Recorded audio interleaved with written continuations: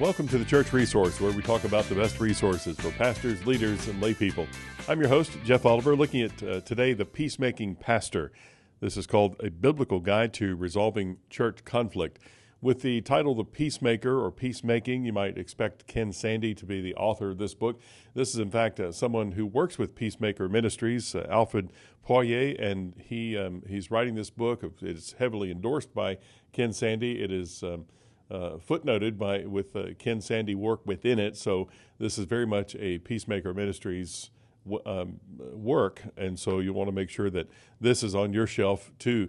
I think that as we talk about this being a podcast for pastors and leaders, don't forget that lay people part of things, because I really think that the ability, the act, the really service of doing peacemaking, of conflict resolution within the church is an everybody kind of activity. This is something that, as I've made kind of the point before, that if we're talking about biblical counseling, which if you're mediating, if you're helping somebody to resolve a conflict, that's really counseling as well, isn't it? And so whether we're talking about in a formal setting, you've got a counselor on one side of the desk, for example, and one or two or a family of people on the other side of the desk, that's a more formal setting, as we said. But also you have the opportunity where you just at a diner across the table from somebody over a cup of coffee. And so I think this is really for everyone to take a look at, for us all to be aware of, and just how do we do this? And Alfred Poirier starts with the idea that this is something that emulates Christ. This is something that we need to think about in terms of our everyday activity, everyday ministry that follows what Jesus did and demonstrated in the Gospels. Let me just walk you through the table of contents a little bit. He starts with the chapter we'll talk about in a moment called Hope for a Heretic. That grabs your attention right away. But we also learn about God's glory in conflict, that as I've learned in this book and other places, that conflict is not really a place that we need to shy away from. It's not an activity that we need to run from, but it's something that we ought to embrace, and realizing that conflict happens just because there are two or more flawed individuals there, sinful people who are involved in a relationship, and there's going to be a conflict eventually. So how do we deal with that? How do we go about working through that, and in a way that honors God, that glorifies God, and doesn't rouse that anger side of us, but rather is, as the title would indicate, peacemaking. Also, granting true forgiveness, what forgiveness looks like in this kind of situation, and in any situation. He goes through some great examples and definitions of what forgiveness looks like. Looking out for the interests of others, and then he gets to pastor as mediator. And I really think, again, this ought to be believer as mediator. Of course, the pastor has a little bit heavier role and more of a responsibility to make sure that things are mediated, arbitrated well. And so we're going to talk about that as well. Also, church discipline, which we've talked about here on this podcast previously and from other texts, other books. But I just want to make sure that you know that that's in this book as well, The Peacemaking Pastor.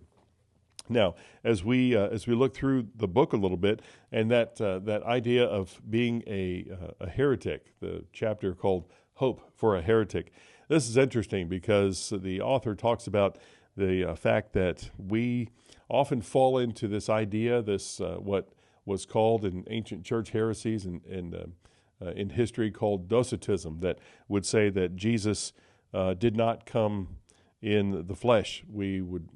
They would rather believe that Jesus was not a physical body or being, but that he was all spiritual. And so what he's saying by that in calling out Docetism in that heresy is that as believers, many times we live as though Jesus did not suffer, as though he was not tempted by all of the things like we are. And you'll recognize that from Scripture, from Hebrews, that he was tempted in all ways except without sin. And so if we go about life believing that, well, this is something outside of the realm of what what the Bible can help with, or this is not something that Jesus dealt with in conflict, we don't understand our faith very well, we don't understand the Bible well, and we certainly don't understand Jesus well. So we need to remember that what he says, that the pastor, we pastor people as if Christ knew no enemy, never felt the pang of angry threats, and remained unperturbed by the hard-hearted, never feeling exasperated by petty bickering.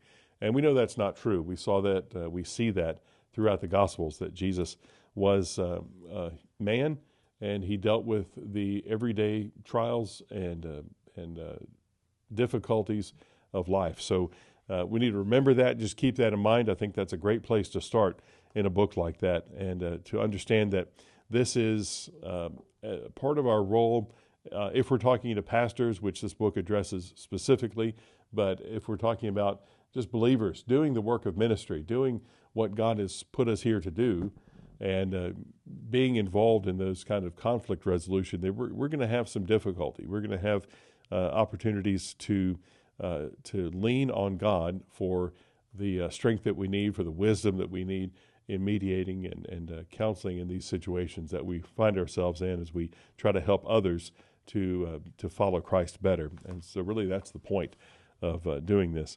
Also, this is the ministry of he says, the pastor of pastors, speaking about Jesus. That ministry is the ministry of the God-man, who had dirty feet, who walked dusty roads, who cried, who was hungry, who had weaknesses. And so we need to see how Jesus worked in those weaknesses, and maybe in spite of those weaknesses, so that his Father could be shown as strong and reliable, trustworthy. And that's our goal as believers, as we do this, as we seek to carry out peacemaking within a conflict that goes on, whether it's with us or as we maybe help others to get through a conflict there and together.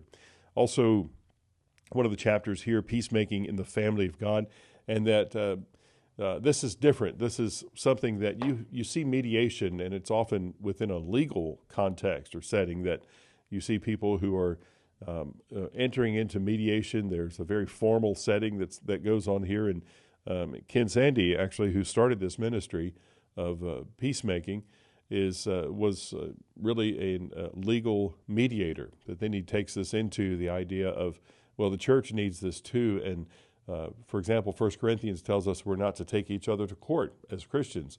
But how do we handle that? How do we handle any conflict that we might have with another Christian? Well, it's within the church, and it's within that body context that we need to make sure that we're operating and that we're using biblical principles. We're doing this in a way that honors God. And so pagans can do it so many other ways. They have opportunities to, as we said, legal means to do that. They have no foundation of God with just secular atheism to lean on, which is really no foundation at all. And but they do have some wisdom that they will come from, that perceived wisdom or things that have worked in the past, which is very pragmatic. But Poirier says that this is important, that we recognize we are not pagans. So we do things differently. We do them in a biblical context, in a way, again, that honors God, who has put us to this task of peacemaking. Finally, I'll point out one other chapter, which is pastor as mediator. And again, this is a chapter that could be retitled Christian as mediator, but pastor has a greater responsibility here. It goes through a few verses that we ought to, from 1 Thessalonians 5, live at peace with each other. From Ephesians 4, that we make every effort to keep the unity of the Spirit through the bond of peace. These are crucial ideas, and there are many others peppered throughout this chapter especially, that you would see this is something we need to keep in mind, this biblical foundation as we seek to mediate, as we seek to be one who is bringing peace in the midst of conflict. So as pastor, how do we do that? And he goes, it's very practical, just step by step, how we do that and how we handle mediation, what maybe some ground rules, you might say, that we have, and then how you proceed through that, what the ultimate resolution is for any peacemaking or mediation session. So I think this is invaluable. You need to have this yourself. You need to have this as a ready reference for you as you will inevitably come across an opportunity to use this, to use the principles here, and at least be reminded of the foundation of what it is that you believe and what we know as true, that God can work in these situations, these times of conflict, to bring about good and to bring about richer relationships and certainly more dependence on God. Well, this is one book that's been very important to me to have on my shelf, and I hope it helps you too as you consider which resources to use in your church. So whether you're pastor, leader, layperson, wherever you happen to be, I think this is a great book for you to be at least aware of and be able to refer to.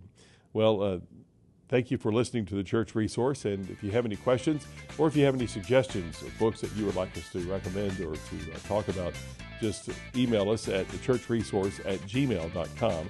That's thechurchresource@gmail.com.